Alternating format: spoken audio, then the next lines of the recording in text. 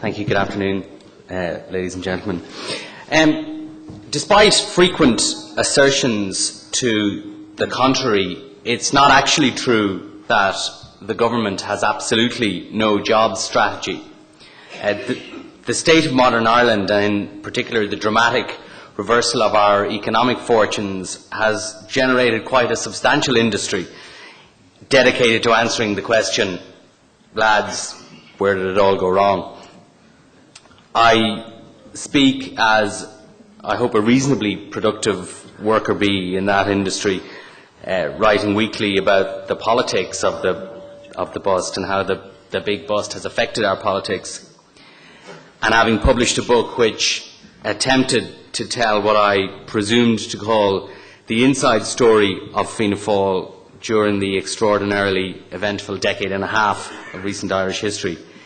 Nobody ever, I suppose, bought a book that told the outside story. I was briefly the least angry member of a somewhat unlikely sort of journalistic supergroup called the Four Angry Men.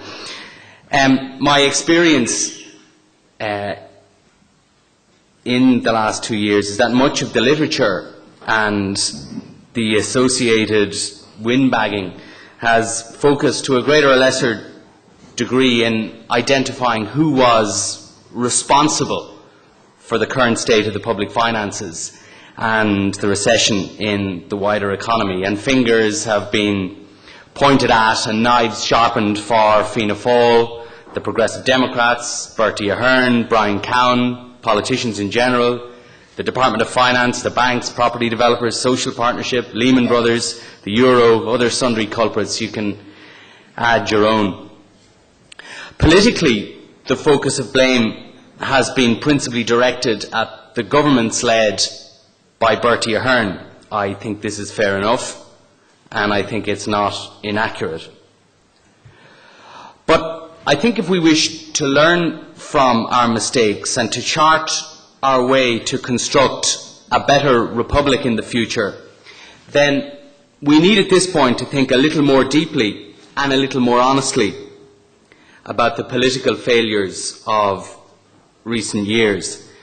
It's beyond doubt that we witnessed a failure in political leadership and in policy making, but why?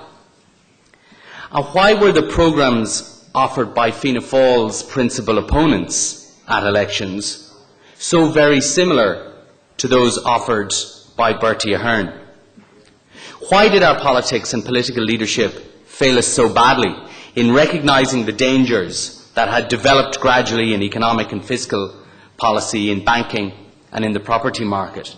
And when outsiders recognised those dangers, why was our political system incapable of taking the difficult and unpopular steps to rectify these problems and avert greater catastrophe?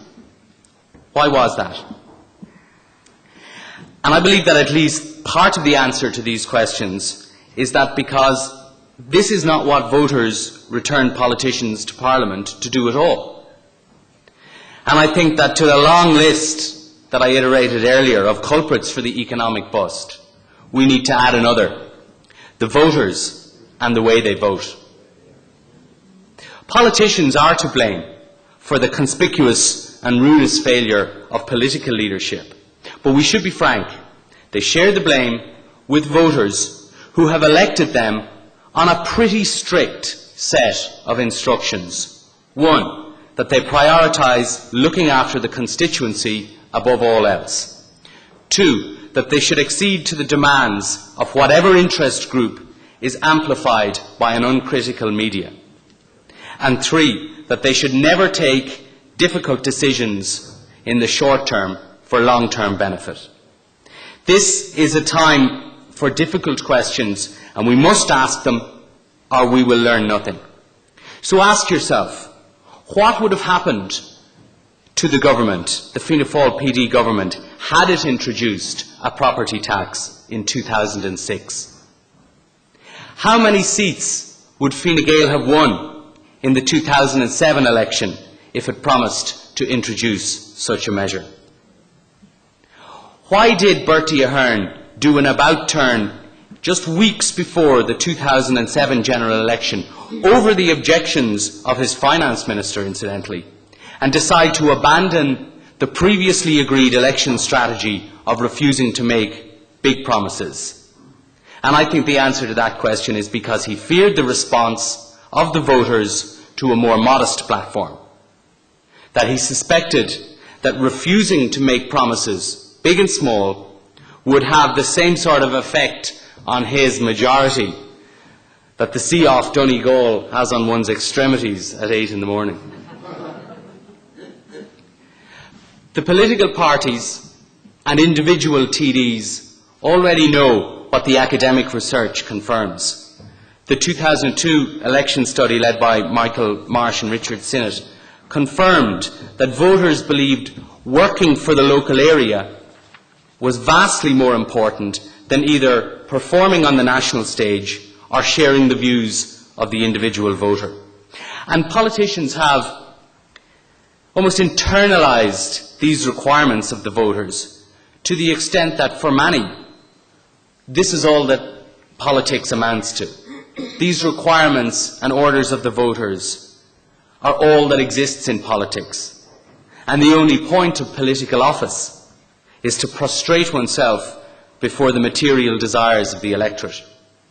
Speaking in the Senate a couple of months ago, Donny Cassidy offered this definition of his role in life. He said, "In the minds of most, the definition of a good politician, be it man or woman, is someone who can bring the most to their area in terms of schools or other infrastructure." A former cabinet minister once told me that he viewed himself as sort of a chieftain, a local chieftain of old, seeking by his efforts to bring prosperity to his people and his area. It's not illogical or it's not unusual that voters should want their local representative to be concerned with the local area. When pork barrel politics is a fact of life everywhere, it's a fact of political life in the United States, for example. But what is unusual, and I think unproductive, is that Irish voters seem to want their elected representatives to look after the local area almost to the exclusion of everything else. Even their elevation to ministerial rank is seen not just as not as an opportunity to contribute to national leadership at the highest level, but simply as a way of having a larger say in the diversion of ever larger resources to the constituency.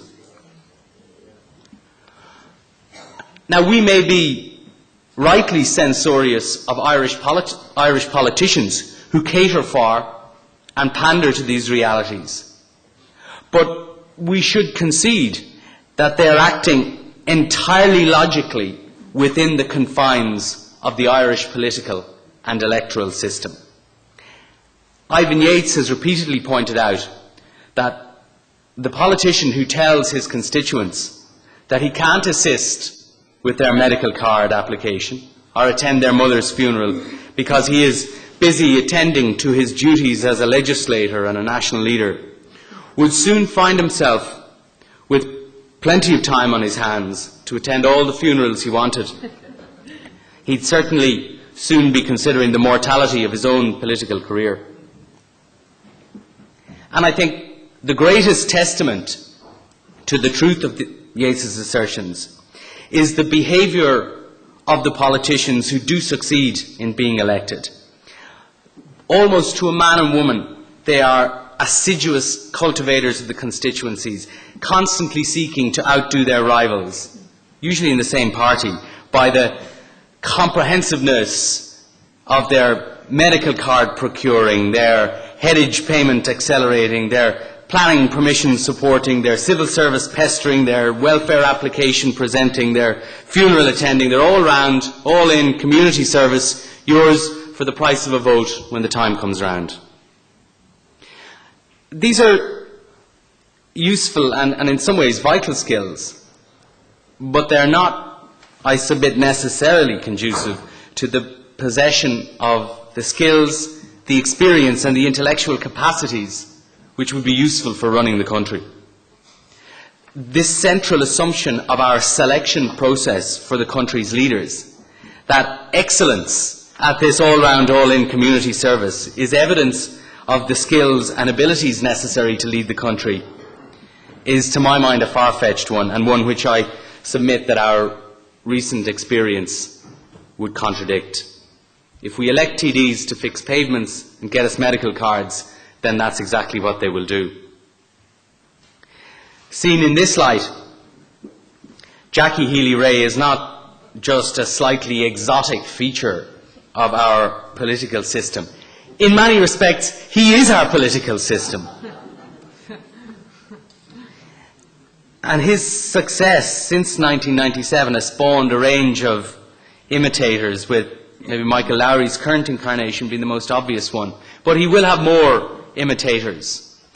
The experience of the 2002 election would suggest that an election following a parliament in which independence votes are essentially bought with the spending of disproportionate amounts of taxpayers' money in their constituencies, that parliament will be followed by a general election in which independent candidates, promising to bring home the bacon, as we say in Clonmel, in a way that party candidates can't, will do especially well. I think we should watch out for a proliferation of independent candidates in the next year, and many of these may be, as to use Noel Whelan's phrase, from the Fianna Fáil gene pool, and I think we've started to see that sort of separation already in South Tipperary with Matty McGrath. I support changing the electoral system, and I think it could bring many benefits. But changing the election system won't work unless people change the manner in which they vote, change the basis of their voting, unless they demand more of their political representatives and more of themselves when making that choice at election time. And on a broader level, I think our political culture, the political culture that we evolved for ourselves in the years of plenty, came to be completely dominated by the idea of giving people what they want as soon as they wanted, and our political parties competed to do that. The practice of social partnership became a mechanism for buying off interest groups, in which the loudest, the largest and the best connected interest group, the public sector trade unions, did best. And the definition of the national interest became simply the sum of the requests of the people sitting around the partnership tables in Dublin Castle. So we reformed our public sector by doubling its pay, only to find out now that it's not really reformed at all. We remade, for instance, the health service, not by reforming it, but by maintaining the power of the consultants and almost doubling the number of nurses, to the extent that we now have fewer senior doctors than most OECD countries, and we pay them more than anyone else in the OECD does. And we have them assisted by almost twice as many nurses as the OECD average. Not a bit more, or a good bit more, twice as many nurses per head of population as the OECD average. And I think that pattern of non-reform is repeated throughout the public service. Sure, we reformed, say, the taxi industry to the advantage of the public and the great disadvantage of the pre-existing cartel. But we didn't touch the big boys with the real power, the doctors, senior civil servants, the law library, the banks. Instead, our political culture refined itself into a mechanism to identify and then mollify and pacify and charm groups of voters, in which leadership was reduced to the ability to offend no one and keep everyone content. The wisdom of "Yes, Minister" rings ever true. It's the people's will. I am their leader. I must follow them. Fianna Fáil understood these mechanics, I think, on a micro and on a macro level. Just as the party greased its own way back into power with tens of billions of taxpayers' money spent to generate maximum political support for itself at strategically opportune moments. So the party understood that many voters judged national politics by what they saw on the ground. One of Bertie Ahern's most senior advisors told me bluntly while I was researching the book that politics is about keeping enough people happy at the right time and taking the shit for the rest of the time. Another senior party figure told me that their instructions to TDs and candidates at election time were simple. He said, if you have to go down and paint the fucking school yourself, then that's what we'll do. The other parties tried to emulate it, but Fianna Fáil, under Bertie Ahern, were the masters at it. They were consumed by an almost manic desire to placate interest groups, from local school action groups to big builders with hands like shovels and borrowings of €1 billion. The practice of government itself was subordinated to the imperatives of politics. It gave us government which was utterly fixated on elections, dominated by the short term, unable to think strategically, and blind to the dangers of shoehorning economic policy into the electoral cycle.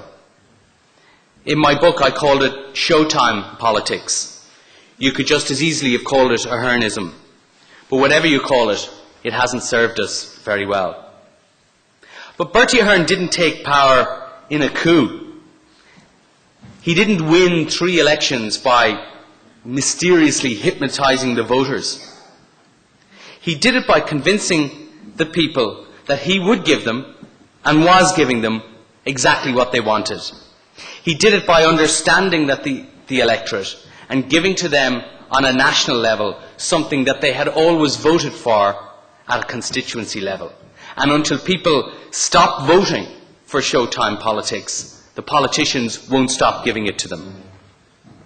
Brecht's caustic assertion that the people had forfeited the confidence of the government was a warning on the dangers of what happens when an elite assumes to itself the moral authority of the people. But just because the people do something doesn't make it right either. Just because voters say they want a particular policy doesn't mean that political parties should compete with one another to give it to them. I should mention all this in the context of accountability and standards in public life, and place my argument in that context, as that's originally what I was instructed to talk about. And while it's tempting, I suppose, to observe that the Irish Times does an energetic enough job worrying about standards in public life for all the rest of us put together, I'll confine myself to observing that I think sometimes we have a somewhat myopic view of what standards in public life is about. Of course, I think that the standards of ethical behaviour in public life are important. Honesty, truth, justice, responsibility. These should be the foundations of our governance. But I also think that standards in decision making and in policy making should be high. Standards of administration should be high. Standards in the provision of services and in communicating with the public should be high. The standards of management in the public service should be high. The standards to which people running the country, from the highest to the most lowly, do their jobs should be high. Because too often it doesn't seem to matter whether they do their jobs to a high standard or to any standards at all. As to accountability, I support the notion, of course, that politicians and everyone else should be made accountable for their actions, though politicians having to ask their employers to rehire them every few years tend to be more accountable in one sense anyway than perhaps bankers or even journalists. But I think that it's a very great failure of the Irish system that politicians make themselves the lapdogs of a public which frequently fails to engage seriously and in detail with serious and difficult issues. I think we have been badly served by a politics that compels politicians to compete in promising the most, in pandering the most, in telling voters that they can have whatever they want without any consequences. Of this type of accountability, we need less, not more. Thank you.